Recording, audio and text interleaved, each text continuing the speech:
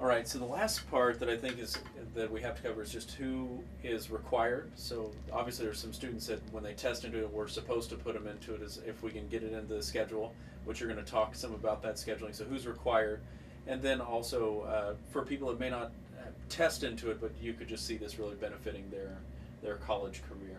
So Okay. share some of that with us, please. Yes, I will. Okay, so for starters, PD 120 is designed to fit into the same niche as much as possible that study skills courses PD 102 and 103 fit before.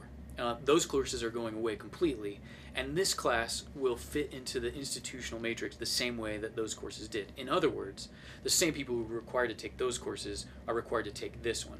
That is specifically students who have tested below a certain cut score on AccuPlacer, Compass, or comparable math placement tests, and thus must take developmental reading, English, math, or any combination of those. So anybody who's in a DevEd class must also take a PD 120. In addition to those students, however, there are a range of other students who might benefit from this course.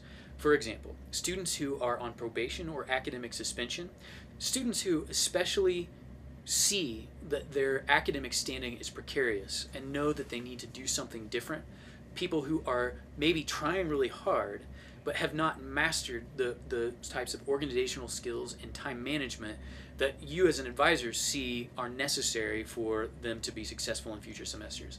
Those students might willfully sign up for this course. They would certainly benefit a lot from it. Students who feel disconnected from the campus community, such as many DevEd students often do, consider that you may already know this, but many DevEd students who have marshaled all their resources, they're really confident. It took a lot for them to decide that it was a sensible thing to do to go to college. And they come and sign up for college, and then they get channeled into a DevEd class with other students who are kind of on the cusp about whether to go to college to begin with. There's research that suggests that those students often feel like they're not really part of the campus community, and this course is designed to remedy that problem. And so any student who feels disconnected from the campus community, who wants to immerse better, and research shows that students who feel connected to other students, students who know the other students in their classes are more successful in those classes. Students who feel connected to students in their classes and other classes are more likely to be retained from year in, year out. And so students who you think are at risk of falling out of orbit of the institution, this course can help be the gravitational pull that pulls them back in. Other students that might be good for this course are students who are particularly interested in leadership tracks.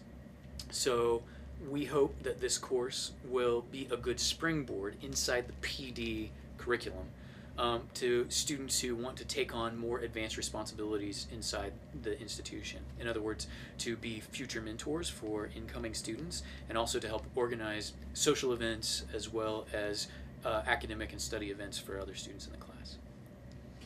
And then, if you wouldn't mind, one Saturday we talked about the times that would be available, particularly in Andover, because that's a unique kind of student.